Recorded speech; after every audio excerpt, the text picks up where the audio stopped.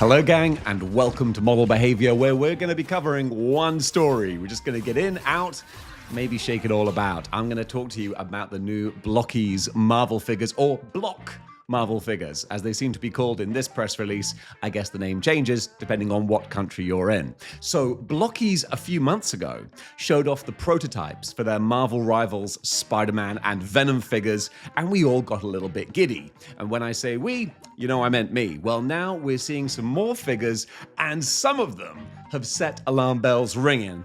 And I'm here to just pour a little cooling water on some of those concerns, at least hopefully, because we've also now got Wolverine and Deadpool from the movie Wolverine and Deadpool. I guess that's why they called it that. And they do not look as good as the Marvel Rivals figures that we saw before, but that is because it looks like they're from a completely different line of Blokees Marvel figures. Because Blokees have been doing MCU figures for years and years now, but they've mostly been these more kind of chibi animated toy looking figures rather than the highfalutin how's your father la-di-da type collectibles that we like to pick up. So here at this recent Toy Expo, they've shown a whole bunch of stuff. So I'll get to the Wolverine and Deadpool in a minute, but first of all, I want to talk about the new Marvel Rivals figures because it looks like we ain't just getting Spider-Man and Venom. Nuh-uh. We're going to get Raccoon and also SPDR. Funny that no sooner did the Flame Toys SPDR get cancelled than, boom, we're going to get a Marvel Rivals one. Now, one thing that is very obvious to anyone with a pair of these, or even one of these, or even someone with ears who can hear someone complain about it, scale seems to be all over the place. I don't know if maybe because these are renders, they might play around with the size later. I don't think that's the case. Not render, prototype. You know what I mean. Don't correct me. Oh, go ahead. I know you want to. So Spider-Man and Venom, nothing really new displayed from those because we've seen those figures already. They actually look really encouraging. But SPDR, first of all, yeah, should be a lot bigger. But I could still mentally be like okay with it if Penny Parker is like scooched up inside like a little fetus in an embryo kind of thing, and she's mentally controlling it. I can work with that. I can headcanon that to be the case, because what we've actually got with the SPDR looking figure here is a whole lot of stuff. A whole lot of gubbins, a whole lot of bells and whistles, and that kind of raises my eyebrows in a very excited sort of way, because we've had the Marvel Legends Build-A-Figure SPDR, which did admittedly look very, very nice back in the day for the time that it was out. It was actually pretty great, but now with the Marvel Rivals special moves and supers and I don't know, all those things that you kids who play video games play about with, now it's got everything.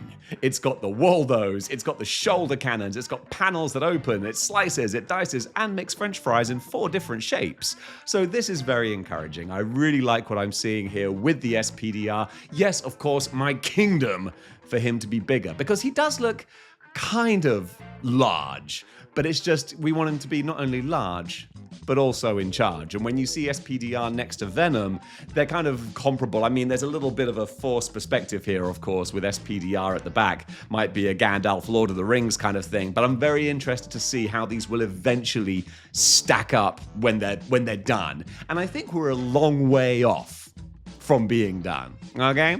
Considering that these are the unpainted prototypes, I think it would be a huge surprise if we even see painted versions of these before the end of the year. Maybe this time next year, we might be looking for pre-orders to go up, or if not, Blokees. Surprise me. Come on. Don't you want to shut this guy up? I know a lot of people do. Can't really blame you. So SPDR looks pretty wicked. It's a shame that we don't have a Penny Parker to go with it, because if I can just think, does Penny Parker show up in Marvel Rivals? She does, doesn't she? I'm sure she does. But yeah, that one, Spidey and Venom. Venom still looks great. So big, hulking, chonking, badass looking. That's really cool. But let's go over now to Raccoon as well, because there's more to unpack from this little guy as well.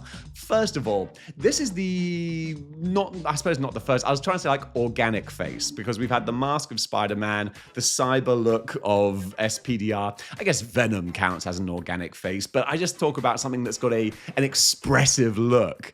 And this Raccoon is expressive. So I really, really love that. And again, the design ripped straight off of the video game.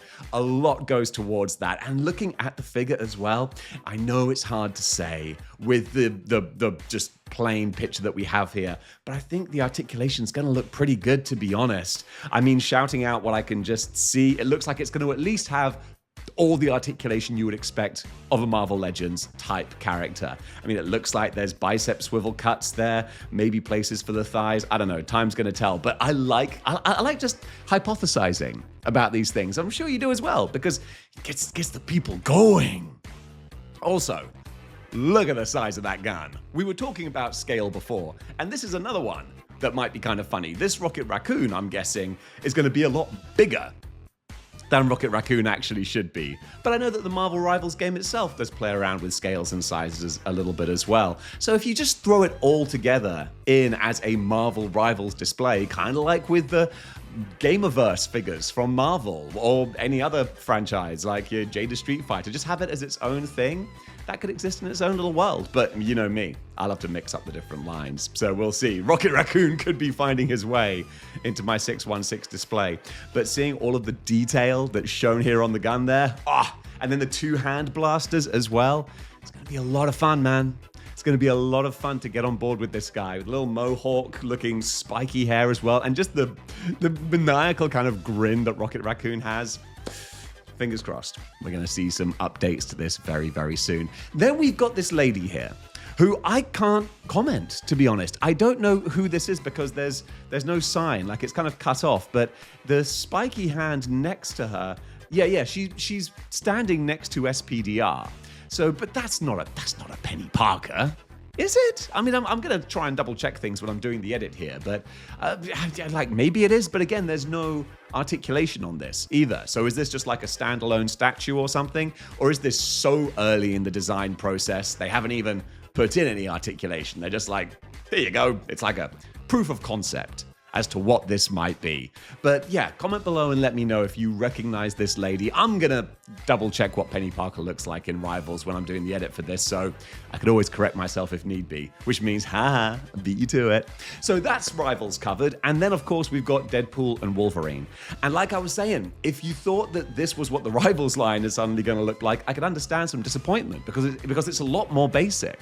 But luckily, that was always meant to be the case because these are clearly additions to their pre-existing MCU line, which is by design a whole lot more basic. And that's okay, because also they're priced reasonably for what they are as well. So it's not like you're comparing these to Marvel Legends prices and being, oh my goodness, you're trying to charge this much for that? Are you kidding me?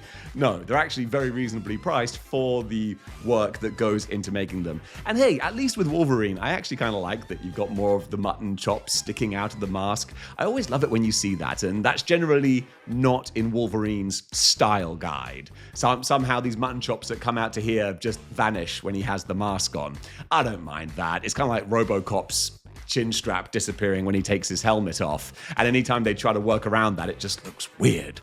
But still, it's kind of fun when you see the mutton chops peeking out there at the sides. So that does it for this little Marvel Rivals Blokees update. But hey, it might be an upgrade to some figures that are coming out. We've got to keep our peepers peeled. Blokees totally won me over with their Transformers blind box collection. I got the Devastator set and just kind of just love the little guys. So I'm really, really excited to see what's going to come from Blokees for these proper 1/12 scale figures. Because folks, I don't know if you heard, but hopefully you have, because I'm going to do another video on it. Marvel Legends are going up in price again. And I know that some of that is their hand being forced by global situations being what they are, but it's more money out of our pockets. So if we have more companies doing 1/12 scale adult type collector figures, well, competition is only good for the consumer. So that's going to be good for us if Blokees can really kind of like get a good foothold in this kind of genre. So folks, what do you think about what we've seen? Comment below and let me know. And until next time, keep displaying model behavior.